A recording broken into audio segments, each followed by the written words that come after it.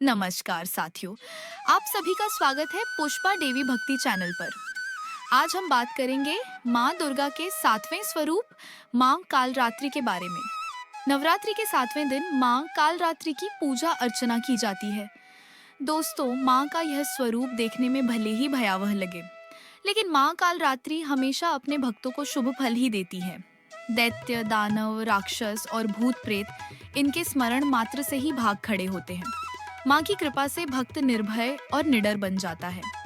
अब सुनिए, माँ कालरात्रि से जुड़ी एक अद्भुत कथा।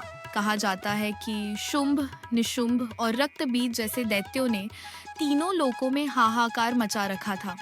सभी देवता बहुत चिंतित हुए और भगवान शिव के पास पहुंचे। तब शिवजी ने देवी पार्वती से इन राक्षसों का वध करने का आग्रह किया। देवी पार्वती ने माँ दुर्गा का रूप धारण किया और शुंभ निशुंभ का वध कर दिया। लेकिन जैसे ही उन्होंने रक्त बीज का वध किया, उसके रक्त की हर बूंद से लाखों रक्त बीज उत्पन्न हो जाते। यह देखकर देवता घबरा गए। तब माँ दुर्गा ने अपने तेज से माँ कालरात्रि को उत्पन्न किया। माँ कालरात्रि ने युद्धभूमि में प्रवेश किया और जैसे ही रक्त बीज का रक्त गिरा, उन्होंने उसे अपने मुख में भर लिया। इस प्रकार रक्त बीज की हर बूंद को निगलकर उन्होंने उसका संहार कर दिया और तीनों लोकों को अत्याचारी राक्षसों से मुक्त करा दिया। माँ कालरात्रि का स्वरूप अत्यंत दिव्य और अद्भुत है। इनका शरीर अंधकार की तरह काला है, बाल बिखरे हुए हैं, गले में बिजली की माला है। इनके 4 हाथ हैं, एक हाथ में कटार, दूसरे में लोहे का कांटा और बाकी 2 हाथ वर मुद्रा और अभय मुद्रा में है। 3 नेत्र हैं और सांसों से अग्नि निकलती है। इनका वाहन है गधा।